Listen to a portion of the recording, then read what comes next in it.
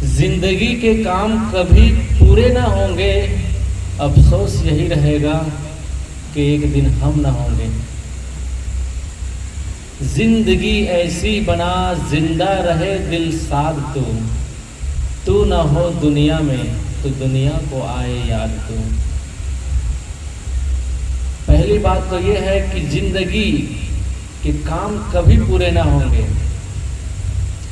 जब से हम जन्म लिए हैं, होश में आए हैं, सुख के लिए दौड़ रहे हैं, कमर कस के। सुख मिला? कितना सुख है आपके पास? 10 किलो, 20 किलो, एक चुंडी, एक बोरा, 1 किलो, कितना सुख है? सुख नहीं है। आपके दामन में, आपके झोली में सुख नहीं है, दुख ही है। अगर हमारे जीवन में अभी तक जितने सुख और दुख मिले हैं, उसको तराजू के एक एक पलड़े पे रखा जाए तो किसका पलड़ा भारी होगा जी? सुख का या दुख का?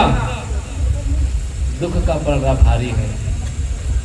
एक एक चिंता, एक एक भय, एक एक दुख, एक एक परेशानी, एक एक झंझट बखड़ा हमारे जीवन में उपस्थित है। धन्य है उनका जीवन जिनका जीवन व्यवस्थित है। हम अपने जीवन को संवार सकते हैं, सब कुछ अपने हाथ में है, दूसर के हाथ में नहीं हमारे जीवन की डोरी। धर्म क्षेत्र में मनुष्य को इतना कमजोर बना दिया गया है, कठपुतली बना दिया गया है, कुछ नहीं कर सकता वो। सूत्रधार भगवान है और हम सब कठपुतली हैं, इंसान। भगवान जैसा नचाए वैसे नाचेंगे। सही है ये? क्या लगता है आपको? सब ही नचावत राम गोसाई, उमादार ज्योतिष की नाई, सब ही रचावत राम गोसाई। ये वचन सही है जी? गलत है, पूरा का पूरा गलत है। अगर आप कठपुतली हैं तो आपको न सत्संग करने की जरूरत है, न सदग्रंथ पढ़ने की जरूरत है, न संत के संग करने की जरूरत है, कुछ भी करने की जरूरत नहीं है। कठपुतली को न सुख होता है न दुख होता है, दुख सूत्रधार को होता है। लेकिन प्रत्यक्ष ये है कि दुख हमें होता है, सूत्रधार को नहीं होता है। उसका तो केवल गुणगान करते हैं, कल्पना करते हैं, रूप गढ़ते हैं नाना प्रकार के, 8 हाथ, 10 हाथ, 1000 हाथ। वेदों में उसको 1000 हाथ कहा। सहस्र पुरुषा सहस्राक्षसा सहस्त्रपाद सभिमुम विश्वतो विद्वात। उसके 1000 हाथ, पैर, सिर, ग्रीवा हैं। किसके? विराट पुरुष के, जिसको महाभारत में उसका विराट रूप दिखाया गया है। वो कल्पना है। वो विराट पुरुष ये समाज है। एक तरफ माता बहनें हैं, एक तरफ भाई लोग हैं, पुरुष लोग हैं। यही तो समाज का विराट पुरुष है। जो काम एक व्यक्ति 1 घंटे में करता है, 10 व्यक्ति मिल जाए तो 10 मिनट में हो जाएगा फट से। यही है ताकत एकता की, और यही विराट पुरुष है। और वैसा जो रूप दिखाया गया है ना महाभारत में, वो नहीं है। लेकिन हम मानते हैं। मानने से कुछ नहीं होता, जानने से होता है। और कबीर साहब ने जानने के लिए कहा है, मानने के लिए नहीं कहा है। जो जानहु जीव आपना, करहु जीव को सार, जीरा ऐसा पाहुना, मिले न दूजी बार। यदि ये जानते हो कि तुम महान हो, तुम्हारे अंदर महानता के गुण पहले से मौजूद है, सारी संभावना भरी हुई है, जिस दिशा में जाना चाहो उसी दिशा में उत्तरोत्तर आगे बढ़ सकते हो, विकास के चरम ऊंचाई तक पहुंच सकते हो, शिखर तक। ये कबीर साहब ने हमें बल दिया। लेकिन कबीर साहब का ज्ञान भुला दिए हैं। केवल नाम नाम नाम। नाम तो संज्ञा है भैया, एक शब्द है। शब्द शब्द बहुअंतरे, सार शब्द मत लीजिए। कहें कबीर जहाँ सार शब्द नहीं, धृग जीवन सो जीजे। शब्द मारा गिर पड़ा, शब्द छोड़ा राज, जिन जिन शब्द विवेक या तिनका सर्ग अवकाश। हम शब्द जाल में उलझे हुए हैं, शब्द की परख नहीं है। शब्द सुन रखे हैं दुनिया भर की महिमा परख शब्द, अति संयुक्ति शब्द, और उसी शब्द में हमारा मन मणि की माला की तरह पिरोया हुआ है, उसमें हम विवेक नहीं कर पा रहे हैं, विचार नहीं कर पा रहे हैं। साहब कहते हैं करो विचार जो सब दुख जाए। एक दुख नहीं, दो दुख नहीं और 50 दुख भी नहीं, सब दुख, सबसे अर्थात दुख रहित जीवन। बिल्कुल दुख नाम की चीज नहीं रहेगी आपके जीवन में, खोजने पर भी सब दुख खत्म हो जाएगा। कब? करहु विचार जो सब दुख जाए। विचार करोगे तो, लेकिन विचार की अपनी सरणी है, अपनी धारा है। कौन सा विचार करना है? उत्तम विचार, विवेकपूर्ण विचार करना है। जिसको प्रश्न करवाया गया है, कल बताया था ना कि महाराज श्री रामचंद्र जी गुरु के रूप में है और लक्ष्मण भाई शिष्य के रूप में। उन्होंने प्रश्न किया है, प्रश्नोत्तरी, राम लक्ष्मण प्रश्नोत्तरी शतक। तो उसमें प्रश्न किया गया विचार क्या है। तो महाराज श्री रामचंद्र जी ने उत्तर दिया है गुरु के रूप में, को हो कहाँ ते आया कित जइहो का सार, को मैं जननी को पिता या को कहत विचार। उन्होंने पूछा विचार क्या है, तो क्या कहा, को हो नाम मैं कौन हूँ, कौन हूँ, कहाँ ते आया और कहाँ से आया हूँ, और शरीर छूट जाने के बाद कहाँ जाऊंगा, कित जइहो का सार। जीवन में हमारा सार क्या है? गन्ने का सार उसका रस है, दूध का सार घी है। हमारे जीवन का सार क्या है? हमारे जीवन का सार है मोक्ष, परम शांति, परम सुख, परम आनंद, अनेक नाम है उसके, मुक्ति। और मुसलमानी भाषा में कहें तो अल्लाह की दीदार, अल्लाह का दीदार यानी दर्शन, भगवान की प्राप्ति, ईश्वर की प्राप्ति। ये सब एक ही बात को इंगित करते हैं, अलग अलग मत समझिए इसको। ये सब पर्याय हैं, चाहे परम शांति कहिए या ईश्वर की प्राप्ति कहिए या मोक्ष कहिए, बात एक ही है। यही ला लीजिए, कुछ नहीं होगा। और ये कब मिलेगा? जब आप आपके अंदर तरासेंगे, खुद के अंदर झांकेंगे, घुसेंगे, निहारेंगे खुद को, तब बाहर निहारेंगे तो बाहर के चक्कर मकर में फंस जाएंगे। बाहर केवल उलझन है, बाहर केवल दिग्भ्रमित होना है, भटकना है और सिर पटकना है और जहाँ तहाँ लटकना है और उसी में जीवन का खटकना है। इसलिए बाहर मत भटकिए। आपका लक्ष्य आपके भीतर है। किसी भी व्यक्ति का लक्ष्य उसके खुद से बाहर नहीं हो सकता, क्योंकि बाहर की चीजें बाहर ही रह जाती है। वो आपका निधान नहीं हो सकता, सुख का सागर नहीं हो सकता, वो कल्याण का कारण नहीं बन सकता। बाहर से आपको मान ले जाए भगवान भी मिल गया तो बाहर ही रहेगा, वो आपके पास नहीं रह सकता, छूट जाएगा। प्रकृति में ये नियम है, जो चीजें मिलती है वो छूटती हैं, जो बनती है वो बिगड़ती है चीजें। ये शरीर बना है, बिगड़ेगा, लेकिन जो जीव है, आत्मा है, जिसको ईश्वर कहते हो, ब्रह्म कहते हो, भगवान कहते हो, परमात्मा कहते हो, वो न बना है और न बिगड़ेगा। वो स्वयंभू चीज है और वही आपका अस्तित्व है। देह आपका अस्तित्व नहीं है, देह तो खोल है। देह, ये देह क्या है? खोल है और ढोल है। बजा रहे हैं जब से जन्म लियो तब से, जब लग बोला तब लग ढोला, तब लग धन व्यवहार। ढोला फूटा बोला गया, कोई न झांके द्वार। साहब के कथन हर जगह पहुंच जाते हैं सीआईडी की तरह। इतनी वाणियां हैं, आप गुरु ग्रंथ साहिब पढ़िए, हजारों वाणियां हैं कबीर साहब की। केवल साखी, जिसको लोग दोहा कहते हैं, कबीर साहब ने उसको साखी कहा। साखी बहुत बड़ा महत्वपूर्ण शब्द है। साखी अर्थ साक्ष, गवाह। जब दो जने की लड़ाई होती है ना, तो तीसरा गवाह ही होता है सच्चाई को सामने लाने के लिए। उस गवाह को ही साक्षी कहते हैं और साक्षी शब्द से साहब ने साखी कहा, गवाह। छत्तीसगढ़ी में भी बोलते हैं ना, देख भाई, हमन जो झगड़ा होए हन तेकर साखी ई हरे इकरी कर पूछ कौन पहली ले आगे से, कौन पहली ले उठ कातरी से, ऐसे बोलते हैं। तो वही साखी। और साहब ने उसको कितने मधुर ढंग से कहा, साखी आँखी ज्ञान की समुझ देख मन माही, बिनु साखी संसार का झगड़ा छूटत नाही। कबीर साहब की साखी क्या है? ज्ञान की आँखी है। हमारे पास केवल 2 चर्म नेत्र है, इससे देख करके भी हम सही गलत का फर्क नहीं कर पाते। और भीतर में भी 2 ज्ञान चक्षु है, विवेक विचार के नेत्र, जिसको साहब ने अपने साखी में फिर पिरोया। ऊपर की 2 गई, यह की गई हेराए, कहें कबीर जाकी 4 गई, ताका कहा उपाय। कोई आया होगा लगता है कबीर साहब के पास और कहा होगा, साहब जी मैं बहुत दुख में हूँ, बहुत पीड़ा में हूँ, बहुत कष्ट में हूँ, परेशान हूँ मैं, कैसे छुटकारा मिलेगा?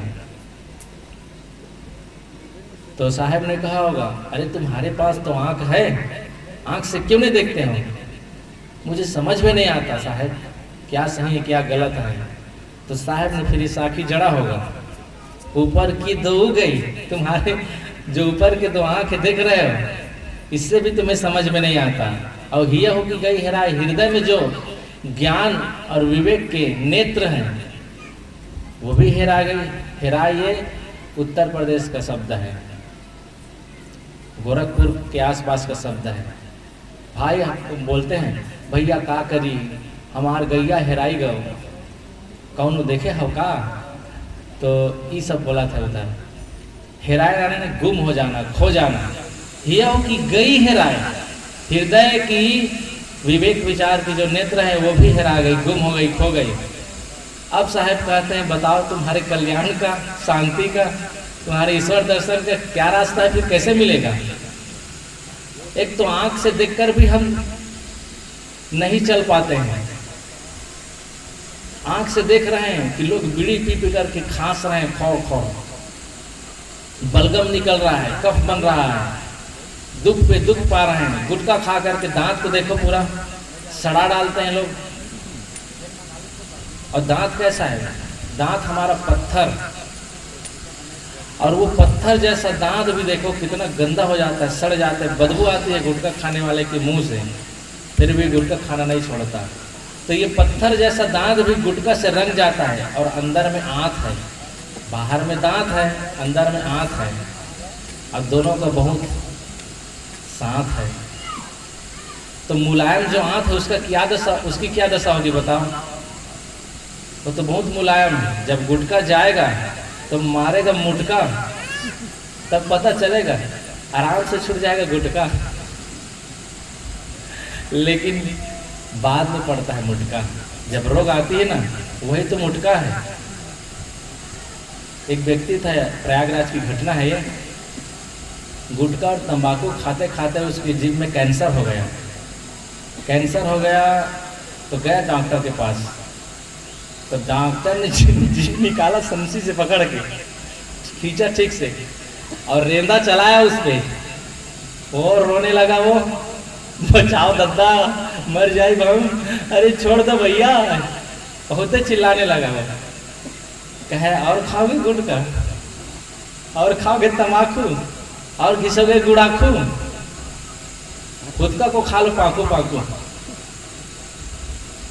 आदमी का दिमाग पूरा पंचर हो गया है, पढ़ लिख के भी क्या खाना है उसको अकेले नहीं है। भक्ति क्या करेगा जो गुटखा खा रहा है, तम्बाकू खा रहा है? उसकी भक्ति कौड़ी की मोल है, कोई मतलब नहीं उसकी भक्ति का। भक्ति का मतलब है सादा जीवन। पहले ये विचार कर लीजिए, भक्ति का मतलब क्या है? सादा जीवन, उच्च विचार। भक्ति का मतलब नहीं है कि आप मूर्ति के सामने जाकर के फोटो के सामने आरती उतार रहे हैं, वो औपचारिकता है।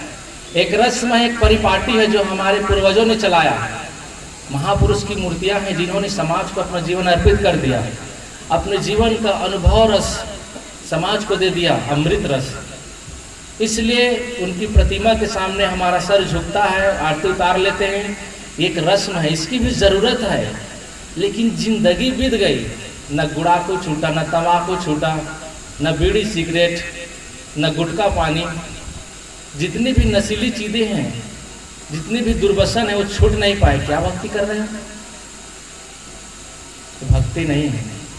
भक्ति के नाम पर केवल ढोंग है, दिखावा है और कुछ नहीं है। भक्ति का मतलब आपका जीवन सत्यम शिवम सुंदरम होना चाहिए। ये नहीं कि गुटखा भर के मुंह को गलगला रहे हो। कई लोग गुटखा पान भर रहते हैं, वैसे ही बात करते रहते हैं। कई जगह जाते हैं, पता चलता है वो ठीक से बातें नहीं कर पा रहे हैं और सत्संगी भी हैं। अब बोलेंगे अरे भैया अभी आवा था, हर तेरे इंसान की है ना। क्या इंसान है वो जी? इसलिए कबीर साहब की प्रथम जो अपील है, मैसेज है, संदेश वो ये है, सादा जीवन। सादा जीवन में शांति अपने आप भरी हुई है। जैसे इमली में उसकी छीमी भरी रहती है और नारियल में उसका गुदा भरा रहता है, सार तत्व। जैसे दूध में घी भरा रहता है, ऐसे ही सादा जीवन में शांति, सुख, कल्याण अपने आप निहित है, भरा हुआ है। सादा जीवन अपना करके देखिए आपका मन एकदम पवित्र हो जाएगा, निर्मल हो जाएगा, शुद्ध बुद्ध हो जाएगा। ईश्वर को प्राप्त करना है, वेदों में कहीं नहीं लिखा है। उपनिषदों को छान डालिए, कहीं नहीं लिखा है ईश्वर प्राप्त होता है। ये जो बाद में पुराण बने ना 18, उसी ने चढ़ा दिया सबका पारा और खिला दिया उसको इधर उधर का चारा। इसलिए भटक रहे हैं बेचारा, सबका दिल बन गए हैं ना आवारा। अब वेदों को पढ़िए, वेद में कहीं नहीं लिखा है ईश्वर मिलता है, न उपनिषद में लिखा है। पुराण में बस भटकाया गया है। क्यों भटकाया गया है? क्योंकि महात्मा बुद्ध का नाम तो सुने होंगे, स्वामी महावीर का नाम, ये दोनों महापुरुष ऐसे हुए हैं, ये उत्तारवाद की श्रेणी में आता है। उत्तारवाद यानी नीचे से ऊपर उठना, अपने जीवन को तिल तिल जी करके, रगड़ करके, शोध करके और एक एक बुराइयों को छोड़ करके ऊपर उठता है, वो उत्तारवाद की श्रेणी में आता है। जब ये लोगों को बताने लगे साधना के विषय में, चिंतन के विषय में, ध्यान के विषय में, ज्ञान के विषय में, तो लोग जुड़ते गए और पुरोहित, पंडित, मुल्ला, पादरी ये सबको छोड़ते गए। तो पंडितों ने सोचा अरे हमारे मानने वाले, हमारी जनता तो उधर भागी जा रही है बुद्ध की ओर, स्वामी महावीर की ओर। तो उन्होंने कल्पना किया कि तुम्हारा महापुरुष तो उत्तारवाद है, नीचे से ऊपर जाते हैं, लेकिन हमारा ईश्वर प्रभु परमात्मा ऊपर से नीचे आता है। ये कल्पना है, कोई ऊपर से नीचे नहीं आता है। किसी ने देखा है क्या? कोई ऊपर से नीचे आता है? ऊपर तो खाली स्थान है जी, ऊपर तो आकाश गंगा है, गैलेक्सी है और बहुत बड़ा बड़ा आकाश गंगा है जिसका आप वार पार नहीं पा सकते, कल्पना भी नहीं कर सकते। उसके सामने हमारी ये पृथ्वी जिस पे हम जी रहे हैं वो एक कण से भी कम है, एकदम कम, अणु परमाणु से भी कम है। और इसी पृथ्वी में हम लोग हैं। बताइए हम लोग कितने हैं उसके सामने? कुछ भी नहीं है, कोई मायने नहीं रखता। ये भौतिक विश्लेषण है, लेकिन आत्मा और परमात्मा की जहाँ चर्चा होती है वो अलग चीज़ है, उसको समझना पड़ेगा। परमात्मा दूर की चीज़ नहीं है, सबसे निकट की चीज़ है। साहब ने एक जगह ठीक से गरियाया है, उन्होंने कहा है खोया कहे सो बावरा, पाया कहे सो क्यूर। खोया पाया कुछ नहीं, ज्यों करते हो भरपूर। बैठ जाओ जी, बैठ जाओ, जब लगेगी ना घंटी तो फिर चले जाना बंटी, अभी बैठ जाओ। बोलिए सदगुरुदेव की जय। तो साहब कहते हैं खोया कहे सो बावरा। जो ये कहता है कि भगवान खो गया है, ईश्वर खो गया है, प्रभु खो गया है, साहब खो गया है, साहब कहते हैं बावरा है। बावरा नाम पगला गया है, वो पागल है, वो नहीं समझता, समझदार नहीं है। पागल को आप देखे होंगे तो घूर में दाना पड़ा उसको बिन के खाता है। एक बार देखा मैं रेलवे स्टेशन में प्रयागराज के, एक पागल को बड़ा बड़ा डस्टबिन रहता है ना, डस्टबिन जिसमें कचरा डालते हैं, उसमें जा करके कुछ खोज करके खाने लगा। और मैं बैठा था वही आ गया और हंसने लगा ऐसे करके। मैं भी कहा इसको क्या हो गया भाई, तो बाद में पता चला ये पागल है। तो पागल कुछ भी करता है, कहीं कभी खा लेता है, कुछ भी करने लगता है। एक बार कोलकाता में देखा, गुरुजी के साथ था, तो वो सामने आकर के मुझे निहारता था, आंख मारता था ऐसे करके। अजीब लगता था मुझे, कैसा है भाई। तो पागल लोग कुछ भी हरकत करते हैं। साहब कहते हैं खोया कहे सो बावरा, जो समझता है कि खोया है परमात्मा प्रभु वो बावरा है, पागल है वो। पाया कहे सो क्रूर, जो ये कहता है कि पा गया वो तो क्रूर है। क्रूर किसको कहते हैं? निर्दयी को। किसी ऊपर दया नहीं कर सकता, वो समझ नहीं सकता, कठोर हो जाता है, वो एकदम ढिठ हो जाता है, अकड़बाज, वो आदमी क्रूर हो जाता है। जो कहता है मैं पा गया परमात्मा को क्रूर है।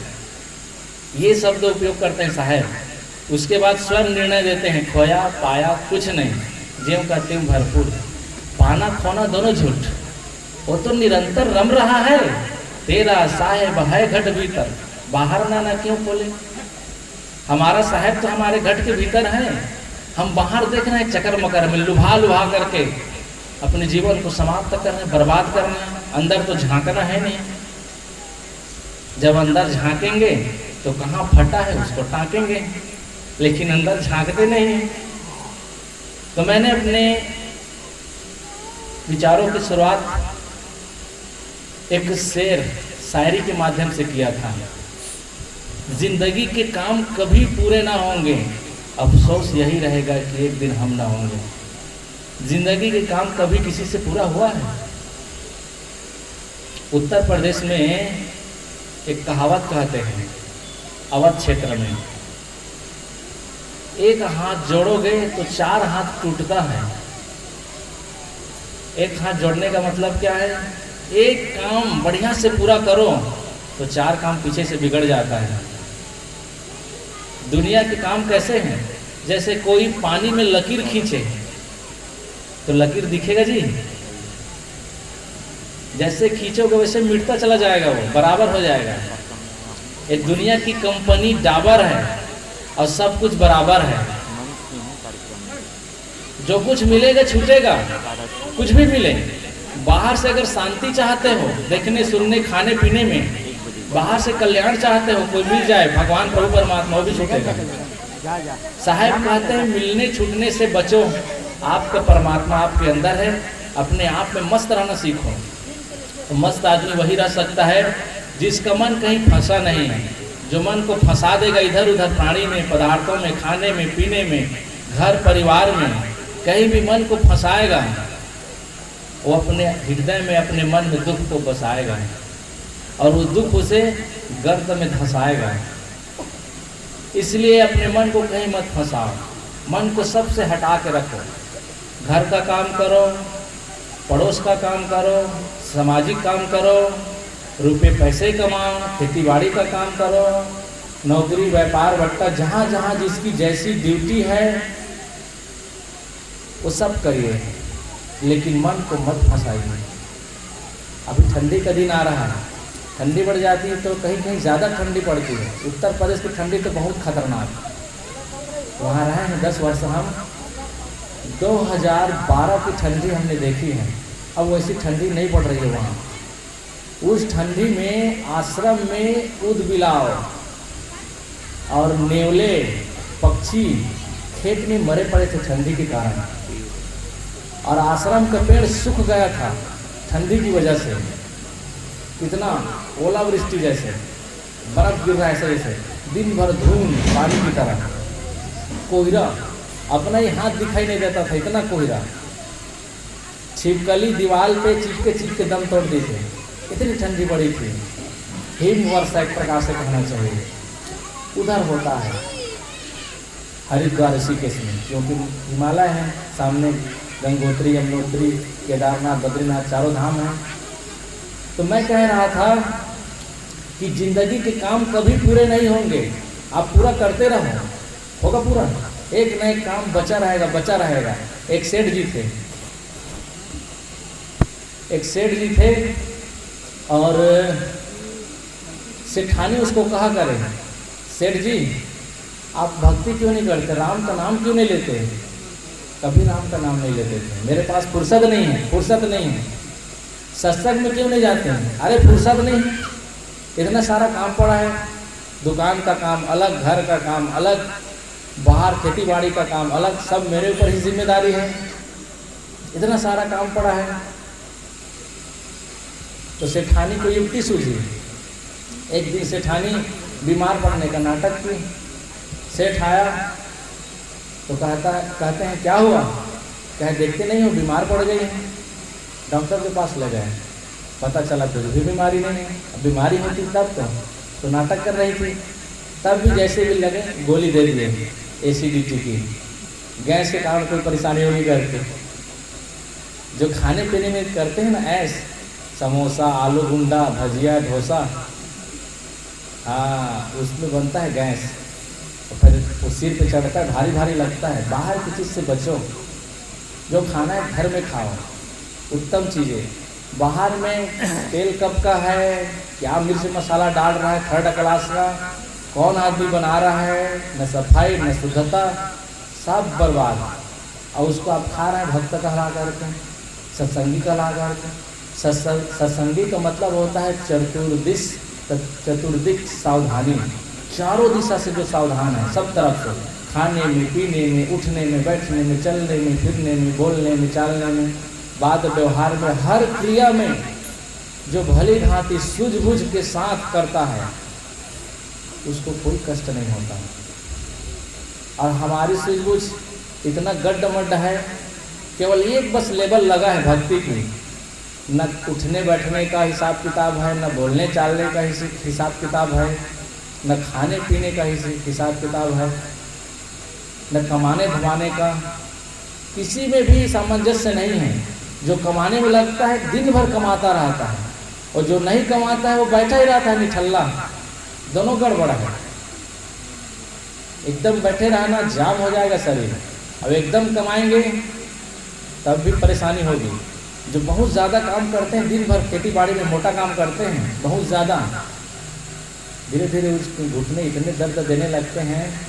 अगर एक दिन भी वो काम न करें, छठी में शादी में चला जाना पड़ता है कभी कभी, तो बहुत बताते हैं फिर ये दर्द दे रहा है, घुटना जोड़ा जोड़ा दर्द दे रहा है। भाई इतना काम करके आदत बना लिए हो। और जो बैठा रहता है, शरीर मशीन है जी, कोई बैठा रहेगा कुछ काम नहीं करेगा, आलसी बन के रहेगा, सुकुमार कोमल बन के, तो वो भी जाम हो जाएगा। शरीर तो मशीन है, उसको भी परेशानी होगी फिर उठने बैठने में। तो मध्यम, कबीर साहब का मार्ग मध्यम है, काम भी करो और राम को भी रमो। साहब ने कहा है ना, तन से काम मन से राम, कहे कबीर सरे दो काम। तन से काम करो, घर का, खेतीबाड़ी का, जहाँ भी जैसा आपका काम है वो सब करें, और मन से अपने राम को जपते रहें। आपका राम कहाँ है? आपके भीतर। उस राम की याद करें। उसका याद करना क्या है? आपका मन पवित्र है, निर्मल है, खुश है, यही राम का जप है। मन उलझा हुआ है, दुनिया की चीज़ों को जप रहा है, दुनिया की चीज़ों का स्मरण कर रहा है, घर परिवार को स्मरण कर रहा है, किसी के राग द्वेष लड़ाई झगड़े को याद कर रहा है, वो राम में नहीं है, वो दुख में है, वो बंधन में है, वो भवसागर में है। राम का याद, राम की स्मरण क्या है? आपको मन मगन हो, ये राम है। इसी को साहब ने कहा बार बार। लेकिन हमारी प्रवृत्ति केवल बाहर, इसीलिए सुख नहीं मिलता। हमारे पास सब कुछ है, सुख बस नहीं है। एक व्यक्ति साइकिल ले जा रहा था पैदल, नई साइकिल थी, तो किसी ने पूछा, मिल जाते हैं सामने दोस्त मित्र गांव के, कहा कैसे तुम पैदल जा रहे हो जी, इतनी अच्छी साइकिल दिख रही है, नई साइकिल, पंचर है क्या? कहे देखो पंचर कहाँ है भैया, तो मस्त हवा है। कहे सीट नहीं है क्या? सीट तो है, ये देख लो सामने सीट नहीं है। गड़बड़ी क्या है? कहे चैन नहीं है। यही हमारा हाल है। ये मत समझिए मैं साइकिल के विषय में कह रहा हूँ, साइकिल तो एक उबोधघात है, एक उपलक्षण मात्र है, कि सारा है। हम दरअसल ये कहानी हमारे जीवन की है। अच्छे अच्छे कपड़े हैं हमारे पास, लेकिन मन में विश्राम है। थोड़ी मोड़ी जमीन भी है हमारे पास, लेकिन मन शांत है। बैंक में कुछ ज्यादा नहीं तो कुछ तो है ही, वहां भी है बैंक में जमा, लेकिन मन पवित्र है, मन मगन है नहीं है। एक व्यक्ति एक दुकान में सौदा लेने गया, उसने कहा 1 किलो हल्दी दो। क्या है? दुकानदार ने कहा हल्दी नहीं है, बाकी सब कुछ है। उस व्यक्ति ने कहा तो 1 किलो चीनी दे दो। कहा चीनी नहीं है, बाकी सब कुछ है। अच्छा ना, हल्दी नहीं है, चीनी नहीं, बाकी सब कुछ है, क्या है? ऐसा करो 1 किलो गुड़ दे दो। क्या? गुड़ नहीं है, बाकी सब कुछ है। जो वो पूछता दुकानदार कहता वही नहीं है, बाकी सब कुछ है। ये दुकानदार की कहानी नहीं है, हम लोगों के जीवन की घटना है। हमारे पास रुपये पैसे हैं, बैंक बैलेंस है, खेती बाड़ी है, नौकरी चाकरी है, काम धंधा है, अच्छे अच्छे कपड़े हैं, खाने पीने की उत्तम उत्तम चीज़ें हैं, लेकिन मन में शांति है, सुख है, मन आनंदित है, मन प्रसन्न है। असली चीज़ नहीं है, बाकी सब कुछ है बाहर। बाहर का पूरा टीम टाम ट्रैक्टर है, लेकिन मन तो कंडक्टर है और दिमाग डायरेक्टर है। हमारे महान साहब तो एक्टर है। इस सत्संग को कराने वाले कलेक्टर हैं वो। तो साहेब कहते हैं तेरा साहेब है घर भीतर, बाहर नैना क्यों करो। हम सब के साहेब हमारे घट में हैं, अपने घट में दिए ना बारू रे। हमारे घट में हमें दीपक जलाना है, ज्ञान का, भक्ति का, सेवा का, स्वाध्याय का, ध्यान का, चिंतन का। कभी आप अपने घर में अकेले बैठें और खुद के अंदर झांके, खुद से प्रश्न करें क्या मिला है मुझे जीवन में आज तक, और जब ये शरीर छूटेगा तो क्या प्राप्त होगा मुझे। जैसे वो बात आई थी ना राम लक्ष्मण प्रश्नों शतक, उसमें वही प्रश्न किया गया है, को हो कहाँ से आया, कित देहों का आसार। ये विचार करिए, मैं कौन हूँ? आप कौन हैं? आप शरीर नहीं हैं, आप देहधारी नहीं हैं, आप अशरीरी हैं। गीता में इसी को देही कहा गया है। देह और देही, देह शरीर, देही आत्मा, जीव। उपनिषद में इसको दृष्टा और दृश्य कहा गया है। दृष्टा देखने वाला, दृश्य जो दिखाई दे, जो सबको देखता है, वो देखने वाला अजर अमर अविनाशी आप हैं। आपका शरीर नहीं है, शरीर तो मिटने वाला है, साधन है। साधन धाम मोक्ष कर द्वारा, पाए न जही परलोक सिधारा। और दर्शन में महर्षि कपिल का नाम आता है सर्वोच्च। उन्होंने कहा है प्रकृति और पुरुष, ये शरीर, ये देह और दुनिया प्रकृति है, और पुरुष कौन है? ये आत्मा। पुरुष है ते पुरुषः, शरीर रूपी पुर में शयन करने से ये जीव, ये आत्मा, यही पुरुष है। और इसको उपनिषद के ऋषि ने, वेद के ऋषि ने क्या कहा? आत्मानम चेद जानियादमस्मीति पुरुषः किमिच्छन्न तस्य कामाय शरीर बने संजलित। जिसने यह समझ लिया कि आत्मा ही परमात्मा है, ये जीव ही शिव है, यही ईश्वर, यही भगवान है, कस्य कामाय, किस कामना से चलकर, किमिच्छन्न, किस इच्छा में पढ़कर जन्म मरण का बुखार चढ़ाए रखेगा। वो जो जन्म मरण का ज्वर हमें लगा है, बुखार लगा है, जन्म मरण से संतप्त हैं, उबल रहे हैं, देह धर धर के, पुनरपि जन्म पुनरपि मरणम पुनरपि जन्मी जठरे शयनम, बार बार जन्म लेने की जो प्रक्रिया चल रही है, बार बार दुख रूपी इस किले में आ रहे हैं, वो सारे, वो सब का कारण एक ही है, इच्छा, कामना। संसार में जो देखने, सुनने, खाने पीने, रहने की इच्छा है, यही संसार में लाकर हमें बार बार पटकता है, माँ के गर्भ में ले जाता है। इसलिए इच्छा छोड़ दीजिए, काम अपने आप होगा। इच्छा छोड़ देंगे तो खाने को नहीं मिलेगा क्या? जीवन भर खाने को मिलेगा। जब चींटी, पक्षी, पशु सबको खाने को मिलता है, जबकि उनका कोई खेती बाड़ी नहीं है, कोई बैंक बैलेंस नहीं है, हम लोग को नहीं मिलेगा जी? हम लोग के पास तो है ना खेती बाड़ी, बैंक बैलेंस, नौकरी चाकरी, काम धंधा, फिर क्यों दुखी हैं? अब पक्षियों के पास क्या है, पशु के पास क्या है? लेकिन पक्षियों को देखो, सुबह हुई और कलरव करते हैं। 2:30 बजे से 3 बजे से पक्षी उड़ जाते हैं और कोयल मधुर ध्वनि करते हैं, कू कू की आवाज़ आती है। मस्तानगी से रहते हैं, एकदम मधुर ध्वनि करते हैं, कलरव करते हैं, संगीत सुनाते हैं, अपना चहकते रहते हैं पशु पक्षी। और आदमी जब सुबह उठता है तो अस्त व्यस्त, मालूम होता है 1 महीने से बीमार है, मुंह लटका रहेगा। चाय ला दिए तो पियेंगे चनन से, झगना तो खुशी मुंह में।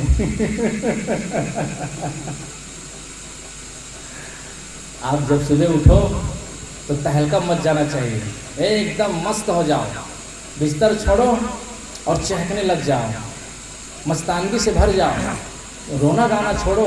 बहुत छोटी सी जिंदगी है, नन्ही सी प्यारी सी खूबसूरत सी जिंदगी है, और बस रोग आ रहे हैं इसमें, दिन भर ठनठना रहे हैं, उलझे हुए हैं, अंदर ही अंदर रो रहे हैं सुसुक सुसुक के। ये कोई जीवन है? ये जीना नहीं है, घसीट रहे हैं जीवन को आप भैया करके, जी नहीं रहे हैं, रगड़ रहे हैं जीवन को।